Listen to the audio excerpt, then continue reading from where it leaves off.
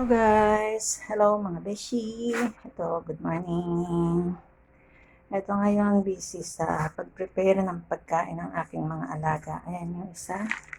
Ayan. Makain na siya. Masaya lang yan. Yung dalawa rito, napakain ko na. Inuna ko na tong aking alaga dito.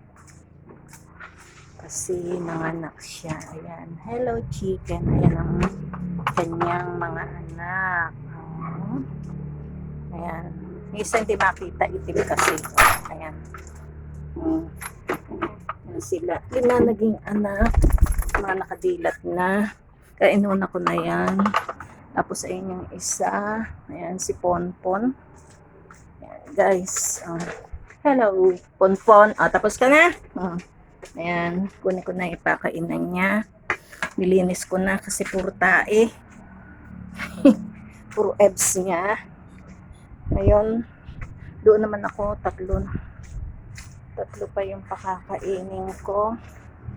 Kaya ito, piniprepare ko yung nag-init lang ako ng tubig para sa sa pagkain nila. Ayan guys, piniprepare ko. Ito, mas kasi nila ang kanin kumpara mo sa sa dog food. Pero pagka talagang walang kanin siya, kailangan kainin ko rin.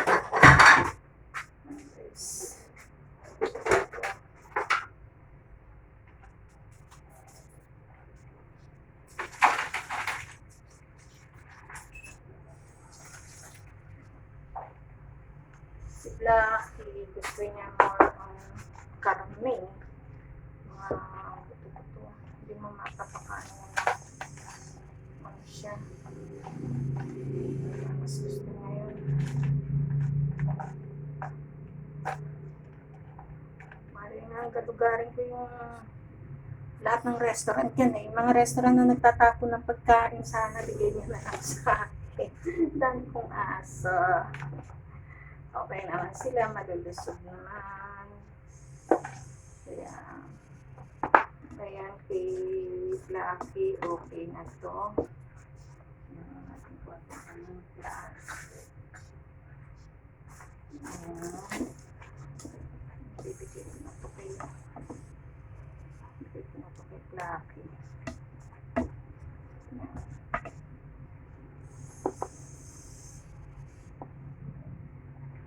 Guys, masaya lang si Blackie. Parang itong aking alaga, ayun, tinira ang kanin.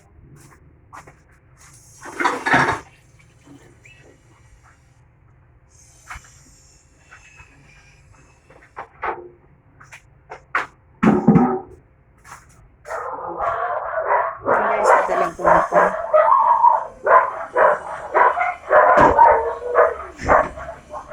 May tao yata.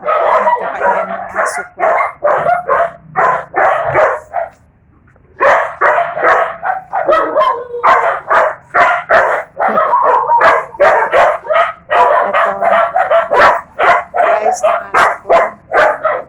Si Blackie. Ay, Blackie, baba. Ito ang maarting aso. Ayan, si Blackie.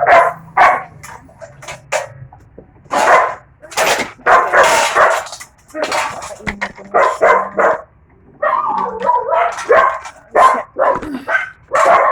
Ayan.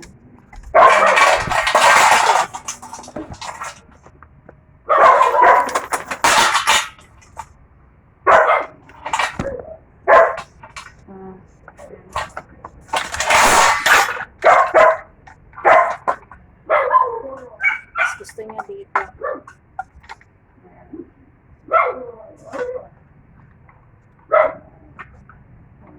Ayan.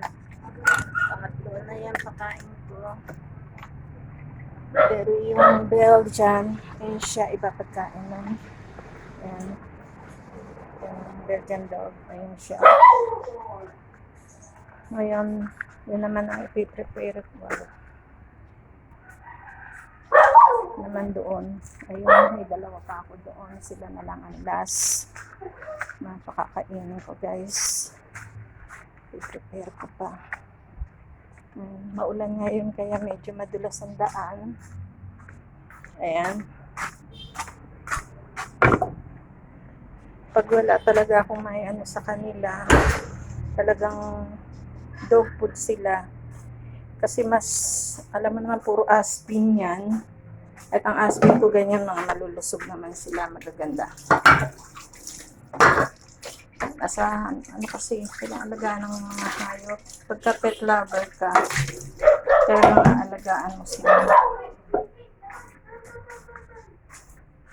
Ako nga kahit nasabihin na ano, ayan, talagang alagaan ko sila. Pero kasi sabihin mong nagugutom,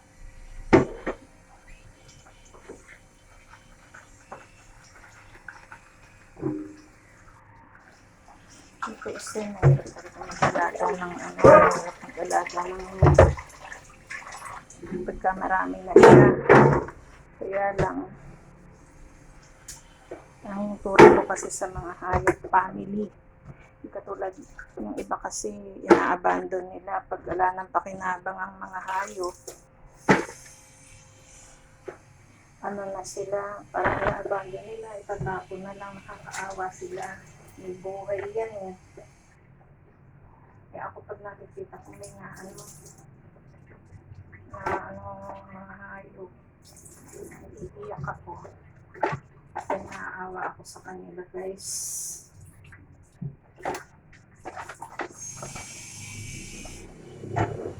Ayan, pati yung almusal ko. Pinapag-almusal ko, kailangan ko bumili ng dinanggamot.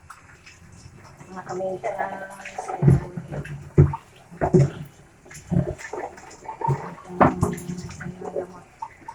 katapusan ko naman ito.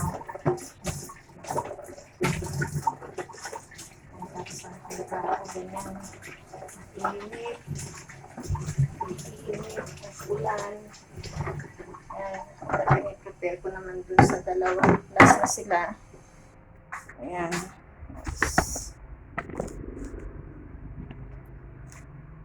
Mga ano-ano dito. Sigurado ko na. Kaya pag may mga tirang pagkain, pinatag ko. Pagkagabi lang sinain. Kaya pagka minsan pinapapos ng mga kanin,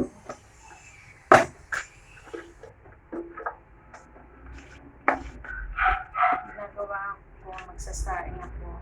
Siguro yung 1 kilo sa kanila.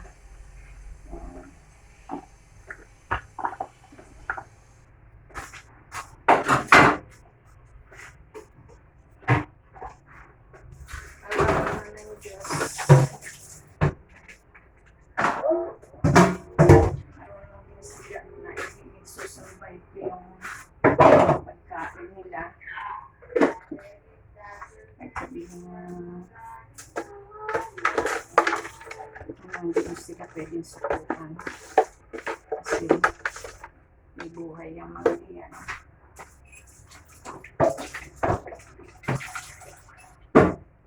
Ay kung sabihin kasama sila ano yan, talagang kasama sila sa budget na ano.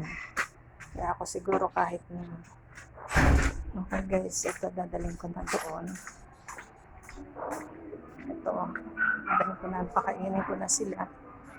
Ako nga kung kailangan magpunta ako sa mga restaurant para kunin ko yung mga natitirang pagkain kaysa itapon nila, mabigay na lang sa mga hayop.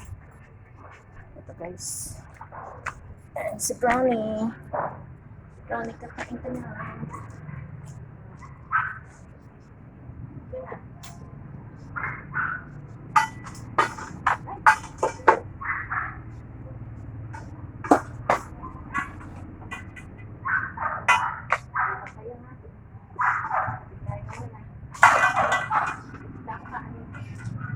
Ayan si anak. Piccolo.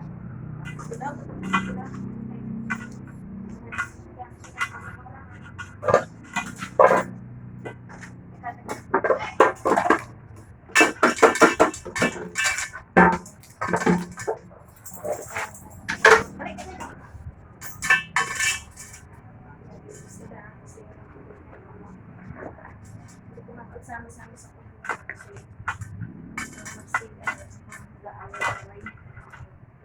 ayan. Okay guys. Ayan. Ito, nagbara yung aming ano.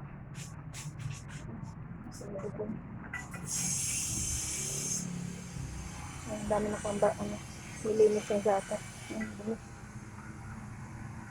Dami na po. Kaya pala lakas ng tagas dito sa may tubo.